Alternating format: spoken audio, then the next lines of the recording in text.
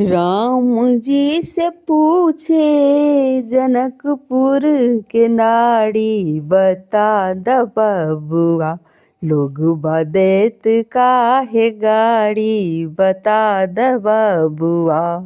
राम जी से पूछे, राम जी से पूछे जनकपुर के नारी, बता द बबुआ लोग बदेत काहे गाड़ी, बता द बबुआ।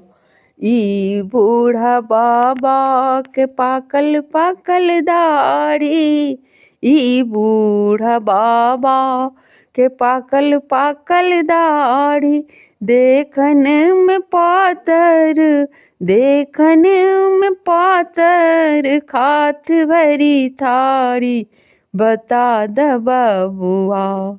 देखन में पातर, खात भरी थारी, बता द बबुआ लोग बदेत काहे गाड़ी, बता द बबुआ लोग बदेत काहे गाड़ी, बता द बबुआ।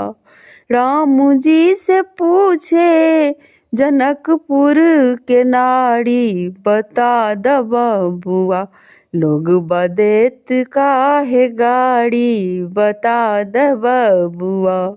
राजा दशरथ जी कैलन होशियारी, राजा दशरथ जी कैलन होशियारी, एकटा मर्द पर, एकटा मर्द पर तीन तीन नारी, बता द बबुआ लोग बदेत काहे गाड़ी, बता द बबुआ। राम जी से पूछे जनकपुर के नारी, बता द बबुआ लोग बदेत काहे गाड़ी, बता द बबुआ। कहथिन स्नेहलता मन में विचारी, कहथिन स्नेहलता मन में विचारी, हम सब लगै छी पाहुन, हम सब लगै छी पाहुन, सरहोज और साड़ी, बता द बबुआ लोग बदेत काहे गाड़ी, बता द बबुआ लोग बदेत काहे गाड़ी, बता द बबुआ। राम जी से पूछे, राम जी से पूछे जनकपुर के नारी, बता द बबुआ लोग बदेत काहे गाड़ी, बता दे बबुआ।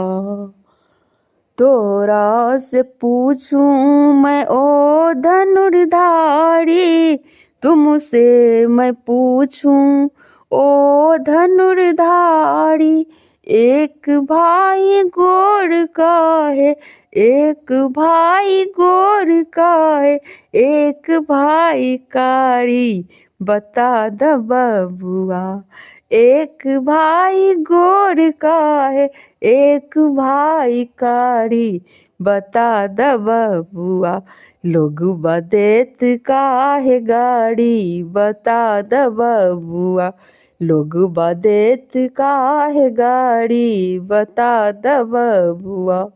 राम जी से पूछे, राम जी से पूछे जनकपुर के नारी, बता द बबुआ लोग बदेत काहे गाड़ी, बता द बबुआ लोग बदेत काहे गाड़ी, बता द बबुआ। धन्यवाद। यदि नीक लागे तो हमार चैनल के जरूर सब्सक्राइब और लाइक कऽ देबै। सुनऽ के लिए धन्यवाद।